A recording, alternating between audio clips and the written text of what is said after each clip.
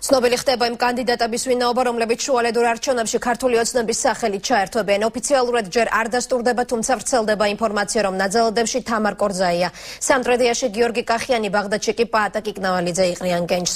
მაჟორიტარობის კანდიდატებს ამ კვირაში დაასახელებს ნაციონალური მოძრაობაც. რა გეგმები აქვს სხვა პარტიებს? თაია მახარაშვილი მუშაობდა დღეს თემაზე. თამარ კორძაია შუალედური არჩევნებისთვის დასახელებულ კანდიდატებს შორის ერთ-ერთია. ჟურნალისტური ეთიკის ქარტიის აღმასრულებელ დირექტორს ქართული ოცნება ნაძალადების მაჟორიტარი დეპუტატობის კანდიდატად წარადგენს. ბაღდათის რაიონის მანდატისთვის ადვოკატი პაატა კიკნაველიძე, სამტრედიაში კი იურისტი გიორგი კახიანი იბრძოლებს. მე ვიცნობ პირადად გაგა კახიანს, რომელიც იყო ჩვენ ჯგუფელები ვიყავით საერთაშორისო სამართლის ფაკულტეტზე, წარმატებული სტუდენტი იყო და შემდგომშიც ძალიან კარგი იურისტად წარმოაჩინა მან თავი.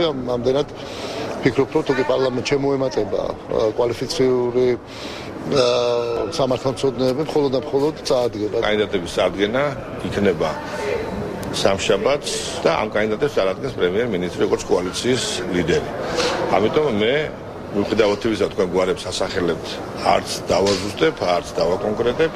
კვირის ბოლომდე დაასახელებს კანდიდატებს ნაციონალური მოძრაობაც.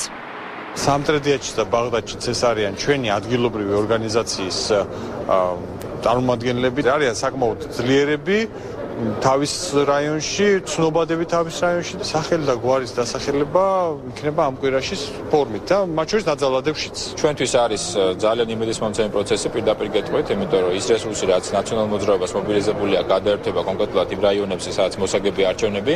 პარტიამ თავისუფალი საქართველოს მაჟორიტარობის კანდიდატი შესაძლოა მხოლოდ ერთ ოლქში, ნაძალადებში დაასახელოს. ხვალ ან ზეგ მაქსიმუმ ზად ვიქნებით, რომ ეს კანდიდატები გამოაცხადოთ. ნაძალადებში ყველა ვარიანტი ეყოლება პარტიას, ერთ-ერთი ლიდერი იქნება წარდგენილი. სამტრედასა და ბაღდადთან დაკავშირებითაც გადაწყვეტილებებს უახლოეს 24 საათში მივიღებ. თუ ქართული ოცნება ოლქს დათმობს, ჯონდი ბაღათურია კენჭს ნაძალადების რაიონში იყრის. ქართული დასის ლიდერი საბოლოო გადაწყვეტილების მისაღებად პრემიერ-მინისტრის პოზიციას ელოდება. თუ ის შეძლებს, რომ გაარღვიოს ის მანკიერი წრის ბლოკადა, რაც მის ირგვლივ არსებობს, რაც აი ამ პარტიების მიერ შექმნილი, ასეთ შემთხვევაში მე შევალ პარლამენტში და დაუდგები და შევეცდები, რომ სახელმწიფო საქმე უკეთესად, უფრო სწრაფად განვითარდეს რეფორმები ქვეყანაში, ვიდრე აქამდე მიდის.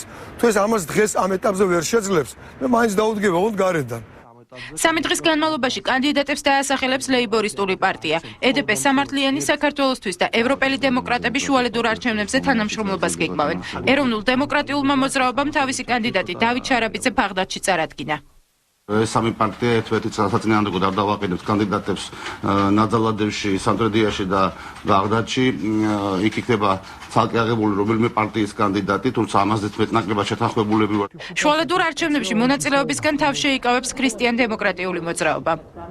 მაშინ როცა არ არსებობს 50%-იანი ბარიერი, მესამე, მეოთხე სიდიდის მქონე პარტიებისთვის ამ ტიპის არჩევნებში მონაწილეობა გამორიცხულია, იმიტომ რომ პირველ ადგილზე გასული ნებისმიერი მაჩვენებლით იგებს თქვა არჩევნებს. შესაბამისად მე ვერ ხედავ აზრს მონაწილეობისა, თუმცა მე არ გამორიცხავ, რომ ჩვენმა პარტიამ დაუჭიროს რომელიმე კონკრეტულ კანდიდატს მხარი. დღეს გახდა ცნობილი, რომ შუალედურ არჩევნებში მონაწილეობას არც საქართველოს გზა და ახალი მემარჯვენეები მიიღებენ. რაც შეეხება სხვა პარტიებს, საზოგადოებრივ მოძრაობებს და საინიციატივო ჯგუფებს, ცესკოში ამ დრომდე მათი 10 კანდიდატის განაცხადია შესული. განაცხადების შეტანის ვადა 28 მარტს იწურება.